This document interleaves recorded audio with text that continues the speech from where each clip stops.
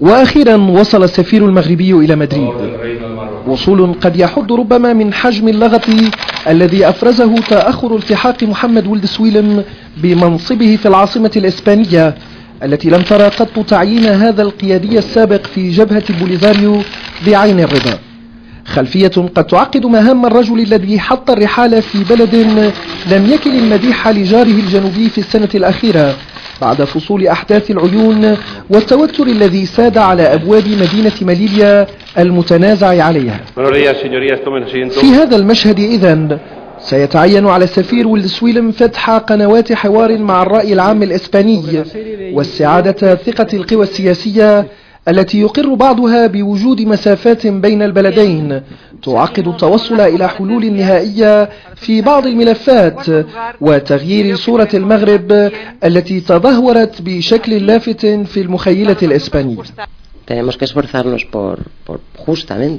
علينا أن نبذل جهودا لتوضيح الصورة لمجتمعاتنا وإفهامها أهمية التوافق بين البلدين حتى وإن اختلفنا في بعض القضايا. من المهم جدا أن يكون هناك تعارف بين المجتمعين المغربي والإسباني، وهذا مجهود يخص الساسة.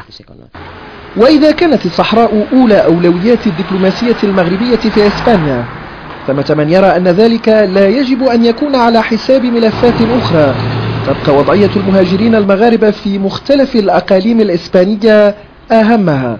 فالأزمة الاقتصادية التي تعصف بإسبانيا جعلت الجالية المغربية مادة للاستجال السياسي الداخلي وضحية لبعض أشكال التمييز، وهو ما يستدعي حسب كثيرين التفاتة دبلوماسية فاعلة.